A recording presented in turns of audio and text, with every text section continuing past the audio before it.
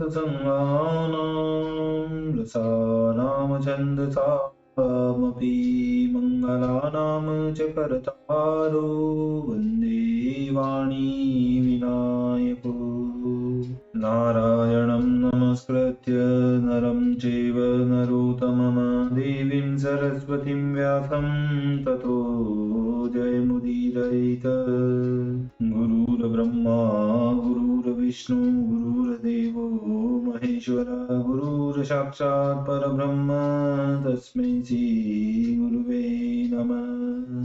बोलिए सियावर रामचंद्र भगवान की जय, राधावर कृष्ण कन्हैया लाल भगवान की जय, उमा महेश्वर भगवान की जय, गायत्री ब्रह्मदेव भगवान की जय, सदगुरुदेव भगवान की जय, माता पिता गुरुदेव की जय, समस्त संतगण भगवान की जय, समस्त भक्तगण भगवान की जय। ओम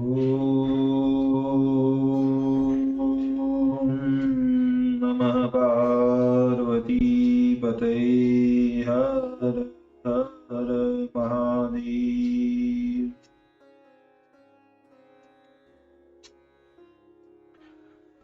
तो मित्रों और आप सभी श्रीमद् भागवत कथा के श्रेष्ठ रसिक जनों, श्रोतागणों, अब तक हमने श्रीमद् भागवत कथा को नियमित रूप से, क्रमबद्ध रूप से श्रवण किया है, कीर्तन किया है, मनन किया है, भजन किया है। तो अब हम इसी क्रम में श्रीमद् भागवत कथा के 8वें स्कंद के 14वें अध्याय की ओर कथा को अग्रसर करते हैं।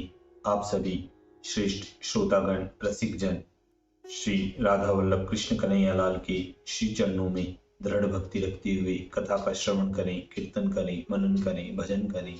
बोलिए राधावर कृष्ण कन्हैया लाल भगवान की जय। तो कहते हैं कि पृथक पृथक मनु की कथा, यही 14 अध्याय, वर्ण करी हो यथामति, भिन्न भिन्न समुजाय, भिन्न भिन्न समुजाय। श्री सुखदेव जी महाराज की मुख से इतनी कथा श्रवण करके राजा परीक्षित हाथ जोड़कर फिर बोले कि हे भगवान, हे सुखदेव जी, इस मनवंतरों के लोग जिस प्रकार से जिस करके जिस कर्म में नियुक्त होते हैं, वह अनुग्रह करके आप मुझसे कहिए।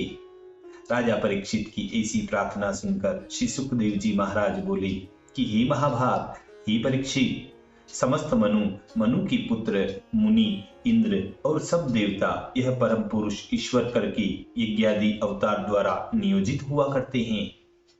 इन सब मनमंत्रों में यज्ञादि जो पौरुषी मूर्ति अर्थात ईश्वर के अवतार लेने का वर्णन की गई है, उन समस्त मूर्तियों द्वारा नियोजित हो मनु आदि लोग जगत का कार्य किया करते हैं। हे महाराज परीक्षित, चारों युगों के अंत में श्रुतिगण कालग्रस्त हुए थे। इन मनमंत्रों में ऋषि लोग अपने अपने तप से उन सब का दर्शन किया करते हैं। उन श्रुतियों के ही द्वारा सनातन धर्म फिर प्रकट होता है। भगवान हरि से प्रेरित हुए मुनि लोग 4 पांवों वाले धर्म को साक्षात अपने अपने समय में पृथ्वी पर फैलाते हैं।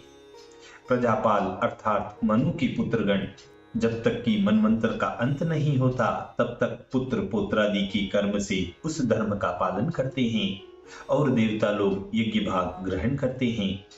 भगवान की दी हुई त्रिलोकी की बड़ी संपत्तियों को भोगते हुए इंद्र देवता तीनों लोकों का पालन करते हुए जल की वर्षा करते हैं। हे राजन, भगवान हरि प्रत्येक युग में सनकादिक सिद्ध रूप धारण करके ज्ञानोपदेश करते हैं। ज्ञानवल्क्य आदि ऋषि रूप धारण करके योगोपदेश करते हैं। मरीच्यादि प्रजापति रूप होकर प्रजा सृष्टि राजमूर्ति होकर चोरों का वध और काल रूपी होकर समस्त का संहार किया करते हैं। उस काल में उनके शीतोष्णादि गुण अलग अलग हो जाते हैं। हे कुरुश्रेष्ठ, लोग अनेक शास्त्रों के साथ उन हरि की तत्व निरूपण करने का यत्न करते हैं, परंतु नाम रूपात्मिका माया करके उनके आत्मा के मोह जाने के कारण बहुत यत्न करके भी उनको नहीं देख पाते। हे महाराज, कल्प और अनावंतर कल्प का प्रमाण यह आपके सामने मैंने कहा कि जिसमें पूरा व्रत के जानने वाले 14 मनवंतर वर्णन किया करते हैं। इसी प्रकार इस मधुर संवाद के साथ श्रीमद् भागवत कथा के अष्टम स्कंद के चतुर्दशो अध्याय पूर्ण है। 14वें अध्याय की पूर्णता व समाप्ति होती है। बोलिए श्री कृष्ण कन्हैया लाल भगवान की।